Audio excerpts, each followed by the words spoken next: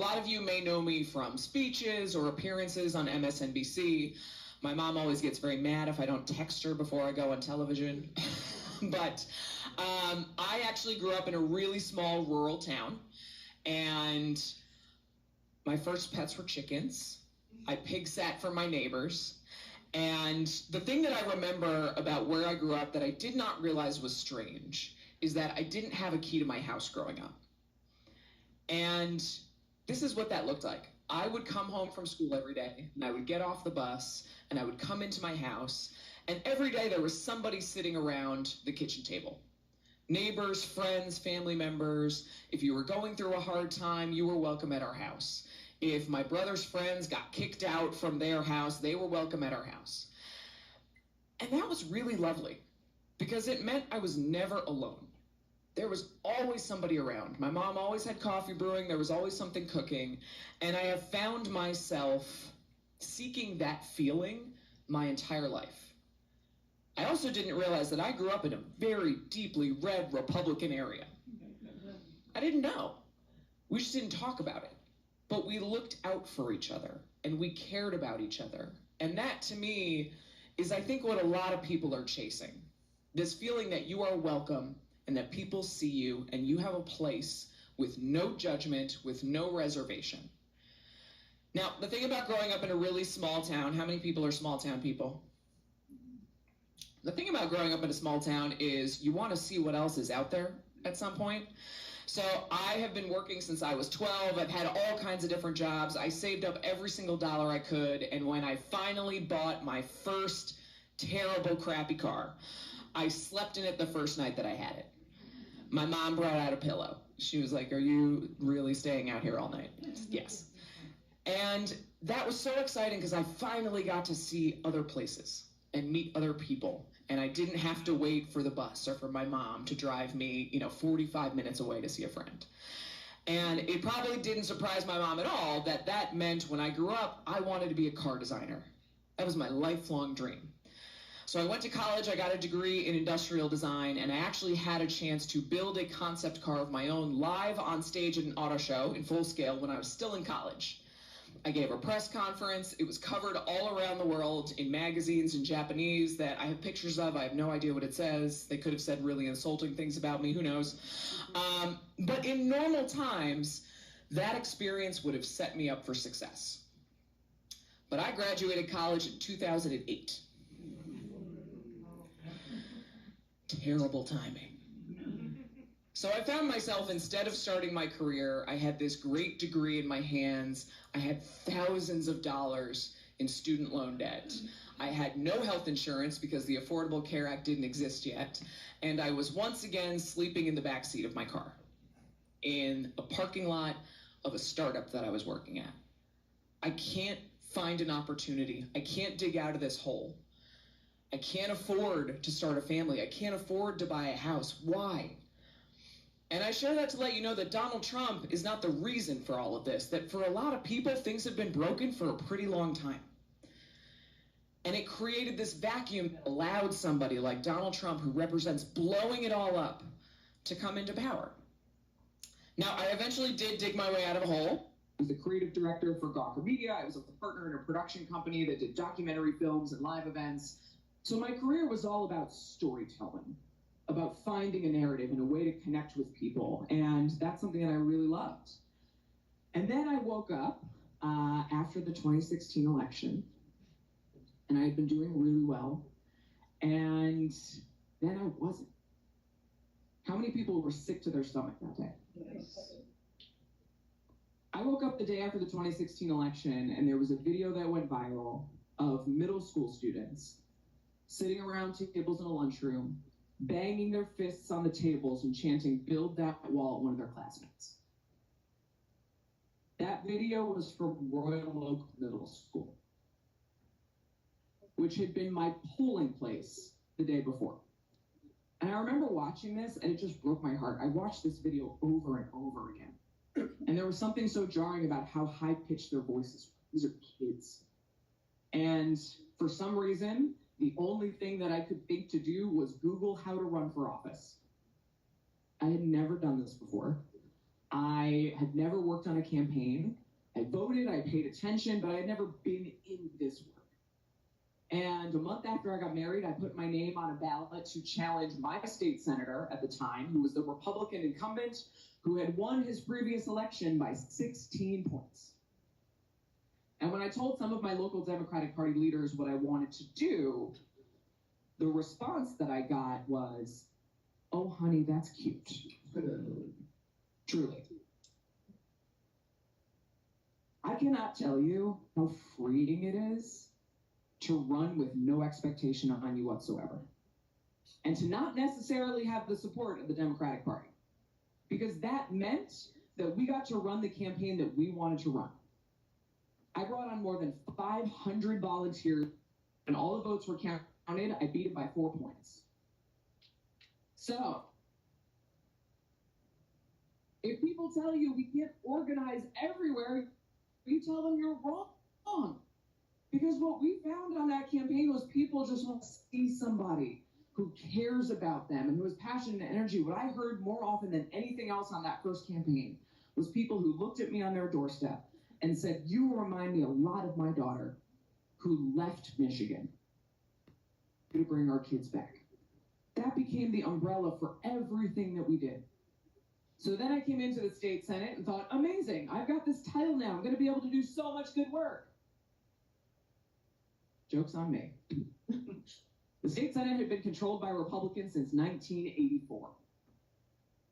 So everything that we tried to do, I worked really hard to build bipartisan bill packages and build stakeholder relationships and bring it all together, and it didn't matter how good the ideas were. Most of what we wanted to do was blocked.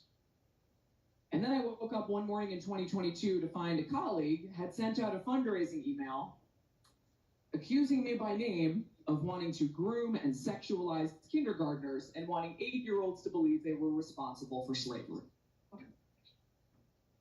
I was in a really dark place. I felt like I had failed everybody who had helped me get into office in the first place. There were a lot of people who sacrificed their time, their energy, their hard-earned money to help us flip this seat, and I felt like, what do I have to show for it? So I decided I wasn't going to run for re-election, and I gave this speech on the Senate floor that I thought was going to be the last speech I ever give. I put the video of the speech online, and then 10 million people saw it within 24 hours, and I was on CNN and MSNBC, and Fox News called me liberal Karen with a headband. And this could have either been 15 minutes of weird fame that I never wanted, or we could recognize that I had just been handed a spotlight and a microphone, and we could do something with it. So I opened a PAC. I ended up raising millions of dollars, not for myself, but for a dozen other candidates running for state senate all across the state. I brought my volunteers all across the state to knock doors and host canvas kickoffs, and we helped flip control of the state senate for the first time in my entire lifetime. So, I come to you tonight as the first Democratic Senate Majority Whip in Michigan since 1984. That means my job every day is to hold the Democratic Party together to move our agenda forward. Check it out. Oh, apparently I asked Siri to tell me about things in 1984. What was everybody's favorite movie in 1984? And was it Back to the Future? So it's not always easy to hold our party together. I think we all feel that every day, but I'm really proud of what we've done in Michigan. When we had the Democratic trifecta, we did not wait. We repealed the seniors' pension tax. We became the first state in 60 years to repeal right to work. We restored prevailing wage. We repealed the 1931 abortion ban. We vastly expanded access to reproductive health care. We expanded access to affordable housing. We banned child marriage, which is a thing I wish I did not have to say in 2025. 5 of our colleagues on the other side of the aisle spoke out against that, by the way. We passed the strongest clean energy legislation in the entire Midwest, setting Michigan up to become the number 6 state in the country for new clean energy jobs that pay $100,000 and up. We passed sweeping gun violence prevention measures, including safe storage, universal background checks. We closed the domestic violence loophole. We passed my red flag law. We expanded civil rights. We expanded voting rights. We have done so much. And that's why I'm running right now. Because for us to rebuild a Democratic Party that people really believe cares about them, We got to show that we are unafraid to show up. We are unafraid to compete everywhere. We are unafraid to build power. And then when we have that power, that we use it. And we do the things that we told people we were going to do. Because otherwise there's no trust. It's broken. And too many people look at us as the same as the other side. I've been going all across the state. I've been going into union halls, not just to meet with leadership. I'm asking to be put in the room with apprentices. People who are younger, they're just starting out in their careers. Maybe they're not voting. Maybe they voted for Donald Trump. And I'm asking them, what do you think about right now when you think about politics? And they tell me it's all corrupt. Everybody. Doesn't matter which side you are. Whether it's Donald Trump or Nancy Pelosi, you all go in, you trade stocks, you become multimillionaires. You don't care about us. I heard them say, and this is just me, so don't shoot the messenger, reporting what I heard back. One of the apprentices said, everybody there is 80. When is the last time any of them had to apply for a job with an application and go through the process? When is the last time any of them had to buy a house or pay rent? When is the last time any of them even drove their own car? So to rebuild trust, we have to run very differently. We can't run like Republicans. So look, I'm in a Democratic primary, and I know that makes people uncomfortable sometimes, but in a state like Michigan, I believe we don't have to settle. We don't need to run the same boring DC-based campaign that we've run too often in the state. In this primary, I am the only candidate who defeated a Republican incumbent to get into office. I am the only candidate who helped flip an entire chamber for the first time in nearly 40 years, and I am the only candidate who now leads that chamber every single day to deliver for people. On top of that, I've outraised every single candidate in the field on both sides of the aisle. We've raised more than $4 million for more than 50,000 individual donors with zero corporate PAC donations, which we will not take on this campaign. And we got to do things differently. What I promised a lot of these apprentices is I'm going to promise to you, we have to overturn Citizens United. Yep. We have to ban congressional stock trading. We have to get dark money out of politics, and we need to do things differently, and that requires more work. I'm just going to say it.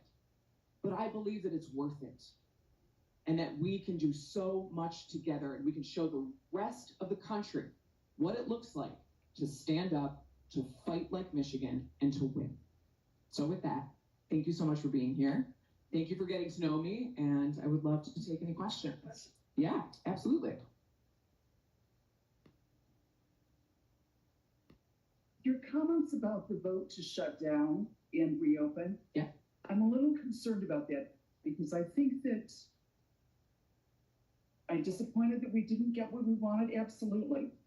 But I'm not disappointed that we stopped the bleeding. Yeah. And I think there's a tremendous amount of bleeding out there that, for the most part, the people in this room do not see. Yeah. And I've heard podcast hosts today do a better job of explaining why they might have done that. I'm afraid that we're going to, by expressing that we're disappointed and shouldn't have done that and yada, yada, yada, I'm afraid that we're just going to create more dissension within the Democratic Party. How can you, as a storyteller, change that story so that it's something that we can take out there to people, we being the Democratic Party and people, and be proud of? It's a great question. So first of all, you're right. We're now a couple days removed from this, and what we cannot ever do, and I also said this in the video that I posted the night of the vote, we cannot forget that Donald Trump and the Republicans who support him were so callous and so cruel as to willingly cut off SNAP benefits. And they would have continued. And they would have continued. And the contingency funds were there that we all paid for billions of dollars. Their own guidance language from the USDA from September, only a couple months ago, said that SNAP employees should be exempted from the furlough, that the program should go uninterrupted even in the event of a government shutdown. And I can tell you, even in my own caucus, we had a debate about this. Because once the SNAP funding was cut off, the conversation was, do we reward this bad behavior by trying to backfill it in the state? Or do we just let it happen and let people get hurt? And in the Senate, we passed a $71 billion supplemental budget that Matt Hall killed in the House. So there's no way he's taking it up. But we couldn't, in good conscience, let 500,000 kids go hungry. So look, I understand that. And here's what I would have done a little bit differently. The deal was published on Sunday afternoon.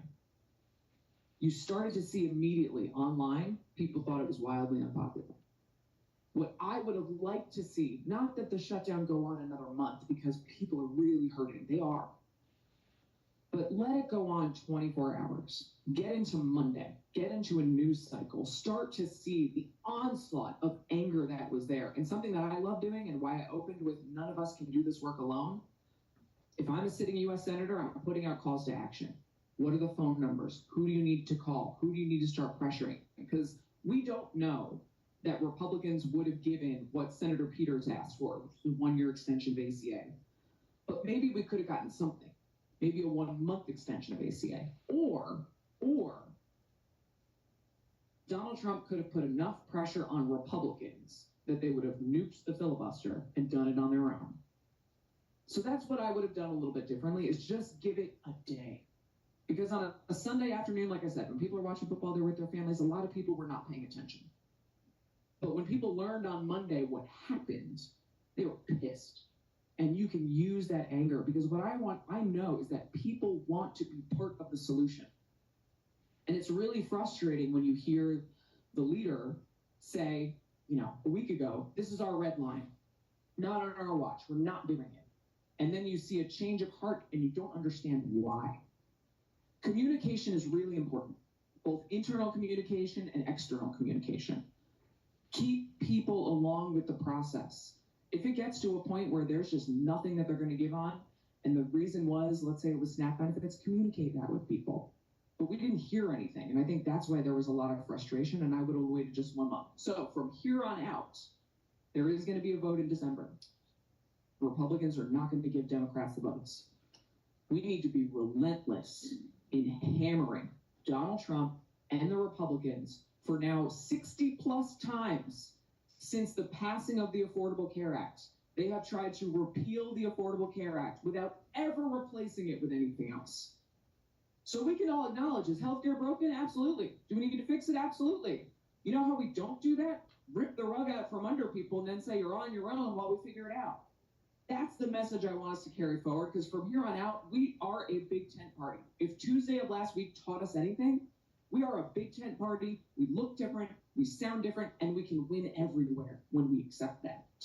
So we can have disagreements in our party, and I think we should talk about them, but then be willing to, okay, now we got to get back together, and we got to hammer the people who really own this problem, which is the Republicans.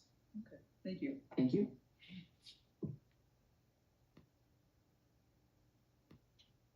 Hi there, Mallory. Hi. So, if you are a Trump voter, okay, you most likely, a lot of times, you are really thrilled with what he's doing because he's getting stuff done. In their mind, he's getting stuff done. And I heard on a podcast or something like that, Steve Bannon said, something along the lines of, we're really glad that the Democrats stole the election last time because it allowed us to have 4 years to get our act together and get our plan in place so that we could hit the ground running. Oh, that helped. And again, they were very effective. Mm-hmm. I want the Democrats to get their act together in these 3 years we have left, to come up with bullet points that this is what we're going to do one after the other, because it most likely, if we're going to have those first 2 years, right, because everything keeps swinging back and forth, right, so we'll have the first 2 years, and if you go in there prepared, you can get a lot of stuff done. I personally never understand why they keep talking about that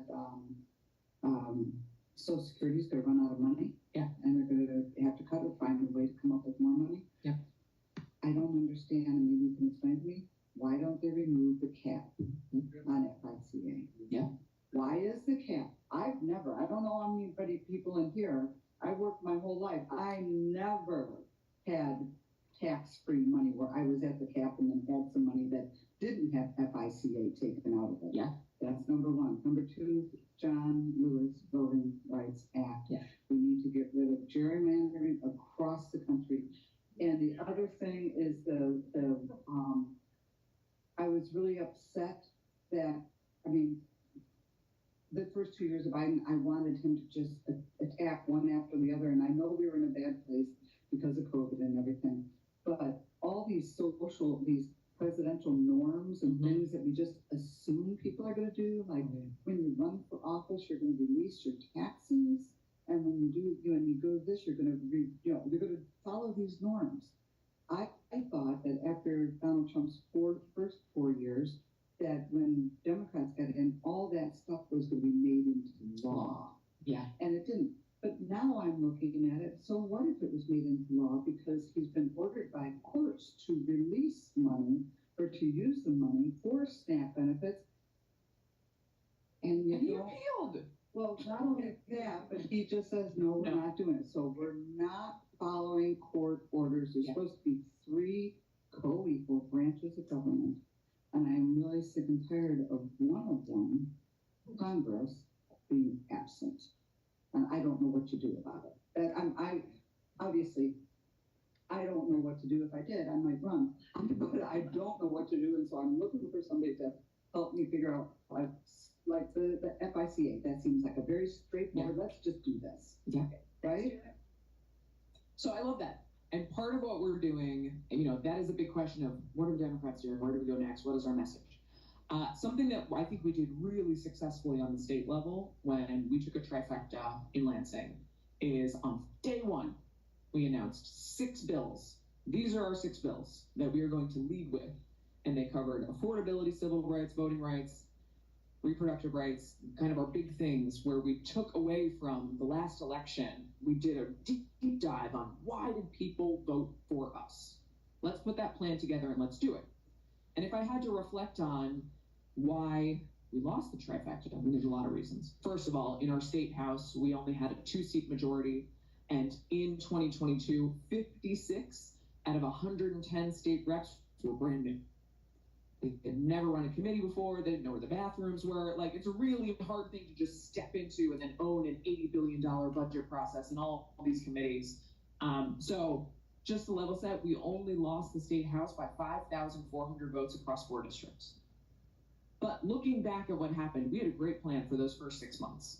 And then there was the question of what did we do next? And I think it really struggled. And people, when we were on doors, I was supporting, like I said, a dozen other candidates. And when I was knocking the doors, people did not know what we had done or what we were going to do. So my process right now, if you go on my website, you'll see, here's my agenda, here's my track record. But we also, and I'm the only candidate that has this, an open call that if you see something missing, tell us. So my process now for the next year is exactly this. You had 3 great ideas.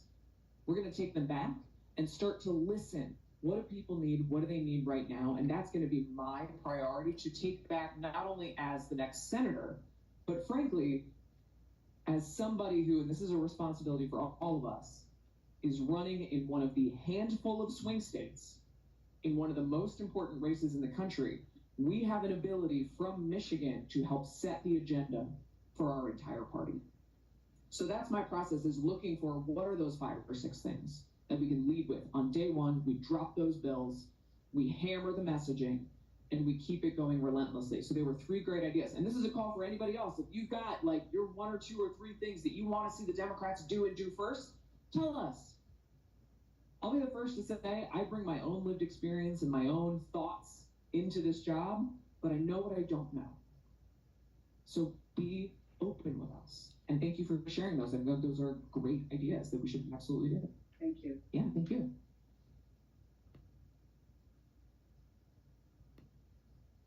You were talking about healthcare a little bit. You were talking about people that have jobs. I have read, and I don't know if it is true, that once you talk to the union workers, your view on healthcare has changed. I don't know what universal healthcare means to you, and the Medicaid, if you could speak on that. Sure. So my view is unabashedly that we should have universal health care, that everybody should have health. Now, there are a lot of questions about how you get there. And one idea on the table is Medicare for all. And when you poll most people to ask if they support Medicare for all, most people say yes. But then when you dig down further and you ask people, do you support anybody being able to opt into Medicare, or do you support a single government-run healthcare system and the total elimination of private health insurance? When you ask that specific question, only about 20% of people want that. So most people believe that Medicare for all is anybody who wants to can opt into Medicare. And I believe in a country like the United States, us having the ability to merge the best of both systems, where there is a universal healthcare system where Medicare for anybody who wants to opt into it, regardless of age, regardless of income, regardless of employment, can, paired with a private health insurance system, is the best way forward to prevent some of the shortcomings that we've seen in other countries that have single-payer healthcare systems, where you have maybe a year wait to see your primary care physician. Or, I shared this recently. Imagine if there was one single-payer system and RFK Jr. is at the head of it right now. Ugh. So by having we were 2 votes shy of getting a real public option when the ACA bill passed, which means the Affordable Care Act has always been kneecapped and can't really compete in the way that I think it was initially intended to do so. So if you had a real universal system that anybody could opt into, that would force the private insurers to actually compete, and it would also, on the other end, prevent one government entity, if it's in the wrong hands, from going rogue, because you have a diverse system that allows for competition, but in a more regulated way. What about unions? I had read about the union. Yeah, when you talk to members of labor, some really don't want a single-payer healthcare system because they've negotiated and collectively bargained for the healthcare plan that works for their members. Which is only 10% of that. Sure, but my stance has always been what it is. And it's supported as I have conversations with union members that my stance was validated with them. So that's what I've always believed, that, we are a country built on competition and a free market. Let's strengthen that market so that your health insurance is not tied to your job. Like, I'm a millennial. There's a reason that I lead with my opening story. In my first campaign, my opponent attacked me for having a new job every 2 years. And I said, well, yeah, I'm a millennial. No crap. Like, that's what we do. We don't have the job security of our parents. So the idea now that your health insurance is tied to your job is frankly archaic, and we need to do away with it. And that's where I want to get to. Feels like we need walk-up music. Line starts me. What would be your walk-up song? Sorry, I gotta do an icebreaker now. Okay. She's all this. Hey, I like it. Anyway, I just wanted to bring up something that's probably not a very popular topic right now, because I think you're in a room of people who are very like-minded. I mean, maybe they're trying to decide between you and another Democratic candidate, but they're probably Democrats, mostly. I thought about trying to bring somebody who I knew was not thinking like I think, and I just didn't have I didn't think they'd come. So what I want to bring up is, grew up in the city, raised my kids in Canton, and moved out to the country for retirement, surrounded by a lot of red voters. And I think that there's a lot of horrific stuff going on with immigration, horrible, horrible things. I'm not backing that whatsoever. But I do think that when the time comes, we're going to be faced with a bunch of Republicans who are telling us there's hardly anybody coming across the border anymore. He's done the job. And never mind what's going on in the streets and what it's taking to scare people from coming into this country illegally or legally or any other way. But I do think we're going to face that. And I think Democrats have to be prepared, those who are running, with reminders that we did have a bill that, Trump talked him into not letting it come to a vote last year. Things like that. So I just want to put my 2 cents in there and say, we have got to be prepared with, the right, humane way things could have been handled had Democrats been in charge, and that we weren't going to totally ignore the border. And I say 50,000 times, we didn't have open borders. Right. But we need to fight that, visual and be prepared for what we're going to say to people to get them to cross over, because these other horrific things, they don't like them either. But nobody's coming here anymore. So I just wanted to raise that as a concern. No, that is a concern. And I think, first of all, what I've taken away from the last few years is the most important starting place is we have to meet people where they are. And however people feel, that's their feeling and it's valid, which is hard to do sometimes. I think sometimes our instinct is to pummel people with a bunch of research and articles and links and say, like, no, you're wrong, look at this. Exactly to your point, there aren't open borders. But when you try to prove somebody wrong, they're going to double down and they're going to retreat. And then we are in this media landscape now where there's no one singular news source and everybody kind of follows into their little rabbit holes where your side of things continues to get valid. We have to, as we move forward, when we talk to people, start with, we need safe, secure communities. We need a safe, secure border. We need an immigration system that is rational and reasonable and has enough judges and has enough lawyers so that if you want to immigrate legally, it will not take you 30 years to do so. And that you have opportunities, and that we know who is coming in and out of our borders, and that if you have a violent criminal history, you are at risk of being deported. Because what we see happening right now is the Trump administration is not actually doing anything to make us any more safe. It's just security theater.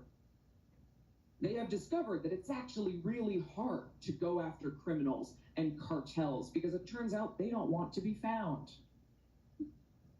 But it's really easy to go to a child care center and rip a teacher out of a classroom in front of her children.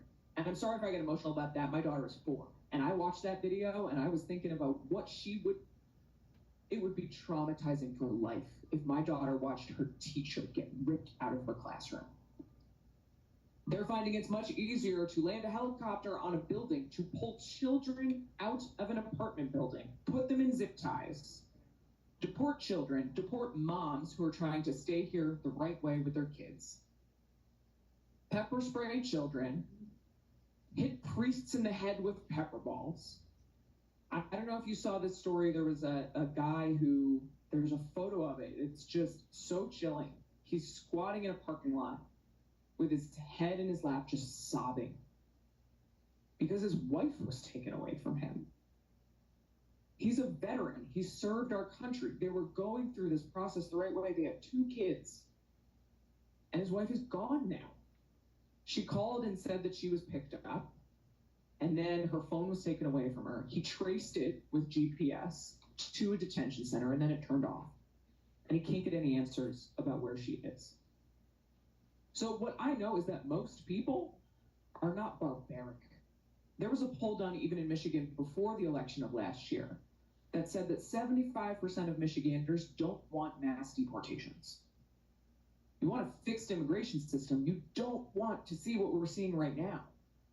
And you've seen on this issue, more than any other issue, this was Trump's most popular issue. He's now underwater on it quickly. Because people are seeing the videos. They're seeing a woman be slammed to the floor by an ICE agent. And the violence, and this is not what they voted for. So I think we have to be able to say 2 things at the same time. Number one, we have to validate people's concerns and meet them there first and say, yes, we need to have safe and secure communities. We need to go after violent criminals. We need a secure border. We need a system where people can immigrate and immigrate the right way in a sane and reasonable time frame. And what we are seeing right now is just security theater. It does not make us any safer, and it's actually making us less safe, because what it's doing is eroding trust between law enforcement and the community. Which, if you talk to any police officer, any law enforcement agent, they say that is the most important thing they need to do their job effectively. Because they need you, if you ever do see a violent crime, to call the police. But if you're watching what's happening, there are some people who won't want to call the police now. Which means that there are likely violent crimes happening in our communities. There are also people, vigilantes now, putting masks on and kidnapping people. It's happening. And I think separating those two things and talking about them differently, but starting by meeting people and saying, you are right. We need to fix the immigration system. And you are right to say that it was broken. And here's how we do it, and this is not it. Thank you. Really sneaks up on you. Sure. Hi, Mallory. My name's Mary Lou. And I was scrolling through my Facebook, which I'm trying not to do. But there was a provision in that bill they just passed. Oh, is this the hemp thing? Or is it the $500,000? It's the $500,000. Yeah. Where 8 senators, I mean, I'm glad you know this because I don't do well explaining these things, but these 8 senators, I guess the government actually wanted to find out who they were talking to was, I think, the 2020.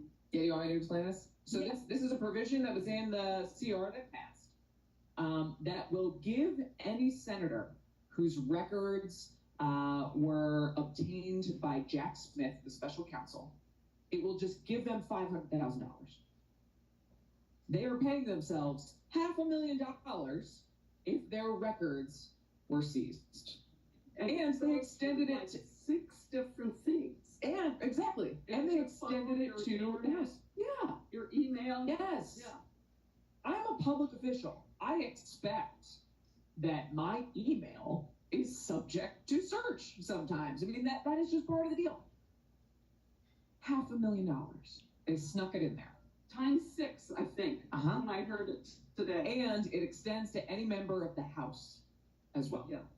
So this CR went over to the House. The House, for the government to officially reopen, they have to pass it as was passed out of the Senate. So House Republicans are in a tough place right now because if they amend this, it has to go back to the Senate. And then the government doesn't reopen. There's still a government shutdown. So now they're in this weird debate of, do we serve ourselves $500,000 or do we amend it and send it back to the Senate and keep this going for a long time? And I think no matter what happens, going back to the earlier question of what's our message now, we hammer them. This is a grift operation. Are you kidding me? You're paying yourselves $500,000 each in our taxpayer dollars because your phone records were obtained by a special counsel? That's disgusting. And I think the other thing that I wanted to tag on to that is how the Congress gets to vote themselves raises, how they have the best insurance for their medical care. They ought to be on the same Medicare I'm on.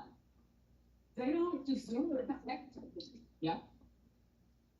So there's a whole bunch of that going on in Congress, and it needs to be cleaned up. We need to clean it up. Also, so Mike Johnson came out a few months ago, and he said in a press conference out loud that they can't ban congressional stock trading because that's the only way they can recruit good people because the salary's not high. Now, to be fair, the salary is something like $159,000. You have to pay for 2 places in 2 different cities. That does add up pretty quickly. My salary, I'm just going to say it, in the legislature is $71,000. It's not much with a 4-year-old these days, but it is. So, there needs to be a system where you're paying people fair wages. You're banning congressional stock trading. You can't be wheeling and dealing and giving yourself $500,000 because somebody got a hold of your phone records. And I agree. So in the legislature here, I have been part of the Democratic majority that has finally pushed for financial disclosure for legislators for the first time in state history. Michigan ranks dead last in the country for government ethics and transparency. Part of the reason why is because we did not require financial disclosure or conflict of interest disclosure. So I helped pass legislation that required that for the first time ever. We also in the Senate passed FOIA reform. Right now, Michigan is one of only a few states where the legislature is not subject to the Freedom of Information Act.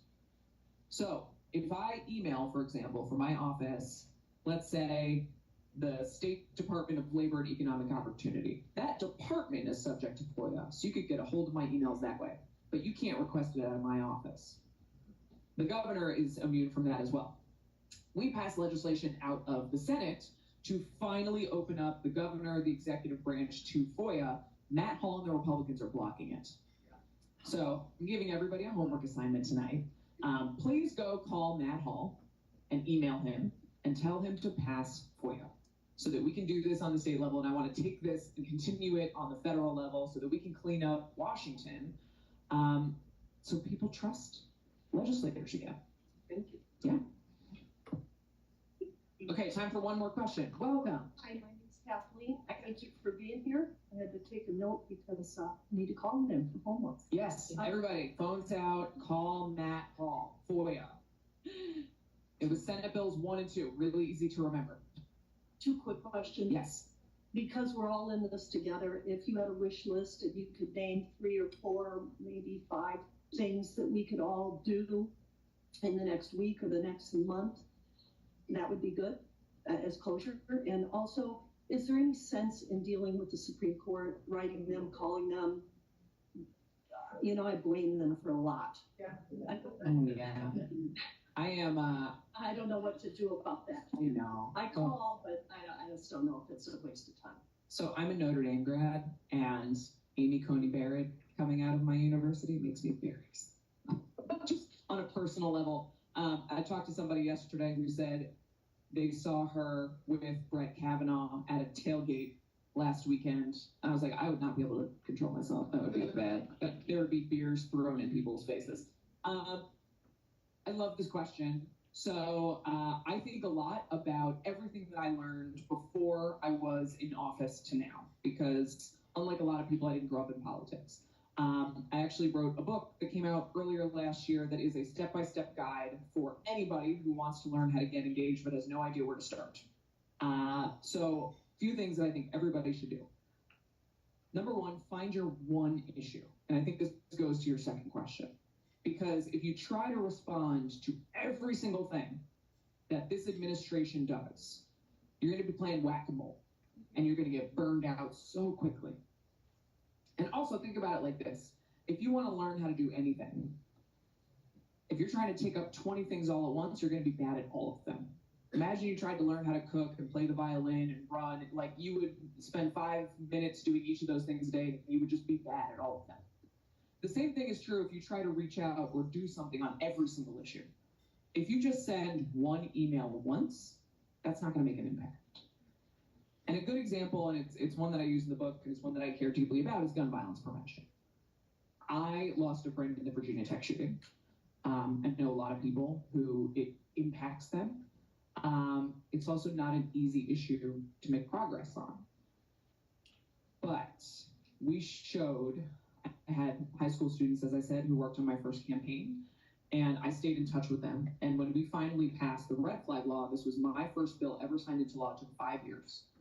I invited those kids to the bill signing to show it's not going to happen overnight. But if we stay engaged and we keep pushing, eventually we will make change. But on that issue, and on every issue, you see the same people showing up consistently.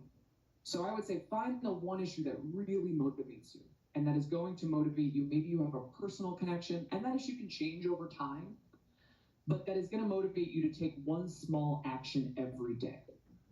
Because that consistency is what's going to make an impact.